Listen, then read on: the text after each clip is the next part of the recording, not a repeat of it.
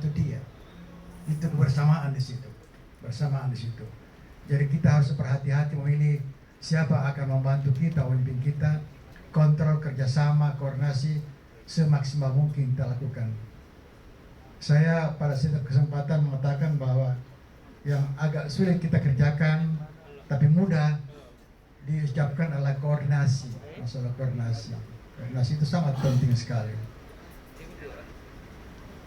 Kita kadang-kadang terlalu sulit bicara, ya, sulit bicara. Mahal itu bicara, ya. Padahal itu inti komunikasi di situ. Dan pulangnya itu kepala desa sangat besar sekali untuk menciptakan koordinasi yang sebaik-baiknya. Komunikasi itu adalah alat utama untuk apa kita akan lakukan. Fungsi utama adalah komunikasi. Jadi itu tadi sudah dikemukakan, kegembiraan saya bertambah lagi karena saya termasuk yang bersama-sama dengan perintis terbentuknya Sebarat dulu Pak itu. Ya. Saya masih DPR dulu bersama dengan Pak Rahmat Hasanuddin dan teman-teman, Pak Gub sekarang, ya, Pak Atan. Akhirnya kami bentuk masuk sebagai pansus. Cepat sekali perturunannya itu, cepat sekali terbentuk Sulawesi Barat. Ya. Dari Gorontalo masuk Sulawesi Barat cepat sekali dan lain itu, cepat sekali. Alhamdulillah sekarang sudah maju, ya, dan dalam beberapa momen Sulawesi Barat tampil juara, ya, pekan budaya tingkat nasional di Kusa-Gusuk selalu tampil sebagai juara waktu itu sampai sekarang, ya, sampai sekarang itu. Sekarang saya akan coba dan saya diminta untuk mendiskusikan mengenai pencegahan tipikor. Keseharian saya dahulu saya dari Universitas Hasanuddin Makassar. Hasanuddin, Mas Pak Basir Hasanuddin pada waktu itu sebagai rektor, dari Mandar juga. Kemudian saya masuk di DPR tahun 99-2004, hanya satu periode. Ya. Saya mewakili Partai Amanat Nasional pada waktu itu. Tapi sudah keluar dari partai sekarang, kan tidak boleh lagi. Sekarang saya di Mahkamah Agung sebagai hakim tipikor, khusus menangani tipikor, dan saya untuk tahun ini masuk pada periode yang kedua. Jadi 5 tahun sudah selesai, Agustus mulai untuk 5 tahun ke depan, insya Allah.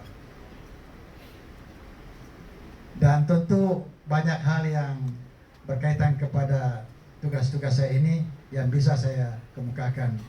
Tapi pada prinsipnya karena sangat terbatas sekali, ini bahan sudah ada, tinggal di kopi-kopi saja, di fotokopi aja nanti direnungkan kembali, kita bisa komunikasi, ya, dengan Pak Sawawi. Tentu bisa setiap saat kami mengadakan suatu pertemuan, diskusi seperti ini. 2 minggu lalu Pak, ya, kita akan lagi di Ancol mengenai ini, luar biasa ramai sekali diskusinya. Oke, saya mulai saja. Jadi kita masuk kepada pencegahan tipikor ini. Sekedar pemanasan bahwa ada hal yang timbul tanda tanya bahwa otonomi sekarang ini banyak hal yang aneh terjadi. Begitu diberikan kesempatan untuk membangun daerah itu, ada yang tidak terjadi sebelumnya, sebelum reformasi ini.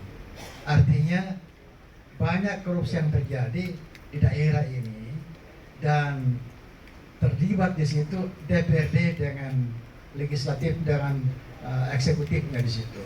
Itu yang sangat mengherankan sekarang ini. Begitu kepercayaan diberikan terjadi ini. Mudah-mudahan ke depan tidak lagi.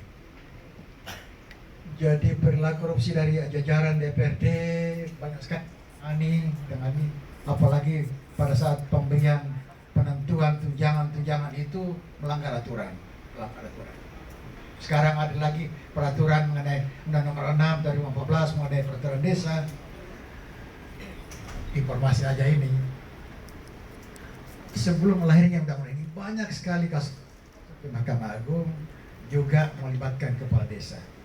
Kadang-kadang terlalu banyak mempercayai orang lain, itikat baik, tahu-tahu melanggar aturan. Masuk dia itu, masuk dia. Kadang-kadang jumlahnya tidak seberapa, hanya 20 juta, 30 juta, masuk dia. Ini saya harap sekali jangan ada yang terjadi di Mamuju ini. Oke. kita mesti kontrol terus menerus, ya, komunikasi terus. Mempercayai orang kita harus kontrol juga. Sekalian, jadi juga harus kita satu pelajari. Ini saya juga mengajar tindak kurs di tempat lain di perguruan tinggi. Jadi ini agak sedikit teoritis sih, dia teoritis kira-kira begitu. Nanti kalau sebentar ada diskusi silakan tanyakan saya. Jadi ada negara yang sangat berhasil sekarang ini, Hong Kong. Hong Kong ini dulu jelek sekali. Dulu itu Hong Kong itu sangat dipengaruhi oleh ganja, ya, pelacuran, uangnya itu dibagi-bagi dari polisian. Tapi akhirnya muncul gerakan seperti sekarang kita ini KPK-nya, dan pemerintah berpihak ke situ, akhirnya berhasil dia, dan muncullah Hong Kong sebagai primadona bagaimana memberantas korupsi.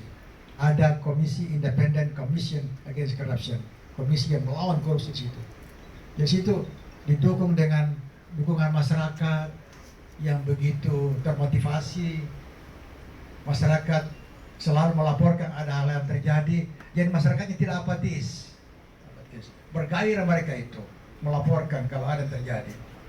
Jadi salah satu keberhasilan mereka itu ada masyarakatnya suka melaporkan dan direspon oleh pemerintahnya.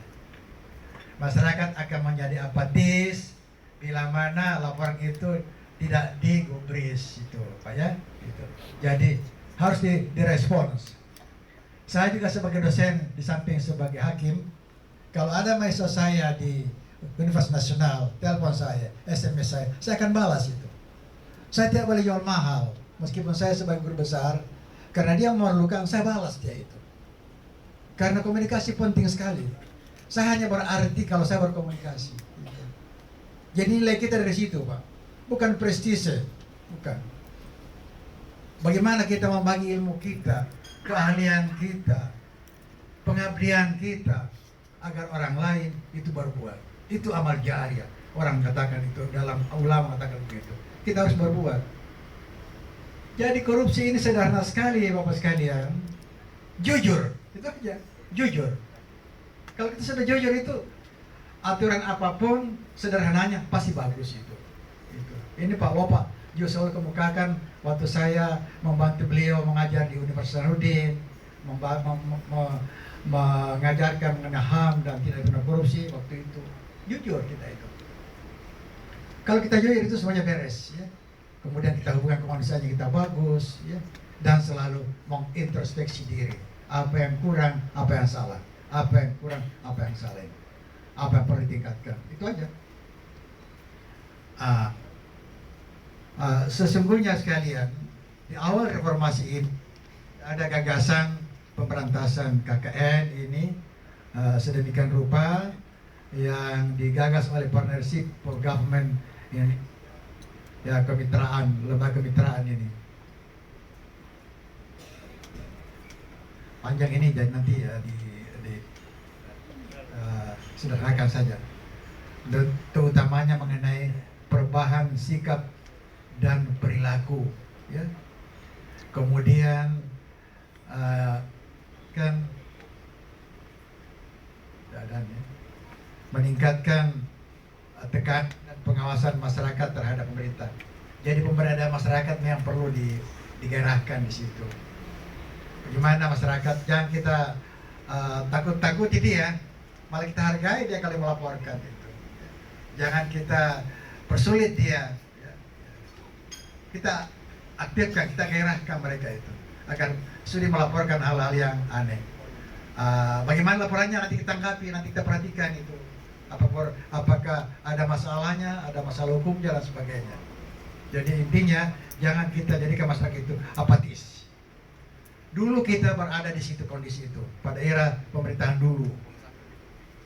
Sekarang begitu dibuka langsung melihat ke atas. Ada juga masih terbawa sikap-sikap dulu.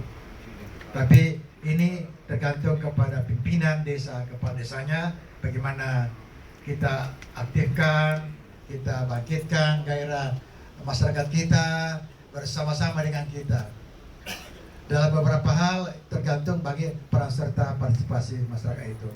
Tadi Pak Sekda sudah menyinggung bagaimana pembangunan sekarang kita mulai dari desa. Ini gayanya Pak Jokowi ini, gayanya Pak Jokowi itu. Terus ke bawah, ke bawah. Itu yang dimasyarakatkan sekarang ini. Beliau memang selalu mengingat dan desa. Bagaimana responnya ini tentu kita akan diskusikan ini. Inilah yang kita kembangkan secara terus menerus ya. Iya, kita mulai sekarang ini. Salah satu aspek yang perlu didiskusikan adalah aspek kelembagaan yang sangat berperan, baik swasta maupun sektor pemerintah tentunya di dalam pemberantasan korupsi ini. Bagaimana pendekatan kita akan lakukan? Inilah kita coba kaji dan beberapa peraturan perundang-undangan, ya, dan beberapa kasus-kasus yang terjadi itu perlu kita bersama dan kita pahami keadaan yang melatar belakangi tersebut. Hadirin sekalian, di dalam korupsi ini sederhana sekali. Undang-undang yang mengatur ini, Undang-Undang 31 2001 itu ada perubahan di situ. Ini banyak yang digunakan ini, dan ini prinsipnya 90% dipakai di pasal. Jadi ini pasal 2 dan pasal 3 ini mungkin sudah dibaca semua undang-undangnya ya, undang-undangnya ini. Ini pasal 2, pasal 3 ini berkaitan dengan memperkaya diri sendiri. Yang 3 itu menguntungkan diri sendiri. Dua-duanya sama ini. Dua-duanya sama ini. Sampai-sampai di Mahkamah Agung begitu sulitnya memisahkan ini. Dia katakan begini. Kalau kerugian negara itu sudah 100 juta ke atas, pakai pasal 2. Kalau pasal 2 itu 4 tahun minimal hukumannya itu. Hukumannya 4 tahun dan dendanya 200 juta ya, ditambah uang pengganti, tarik kembali itu. Itu pasal 2. Sedangkan kalau pasal 3 menyalahgunakan kewenangan itu ancamannya minimal setahun, di bawah 100 itu. Dan denda 50 juta minimal. Maksimalnya 20 tahun. Ini yang sangat banyak digunakan ya sekalian. Apa yang menyalahgunakan ini banyak sekali ya, faktor-faktor yang berkaitan ke situ ya, menyalahgunakan kewenangan ini. Nah, di sini yang kadang-kadang banyak yang terlibat, banyak yang masuk di sini segala macam perbuatan yang bertentangan dengan peraturan perundang-undangan ya.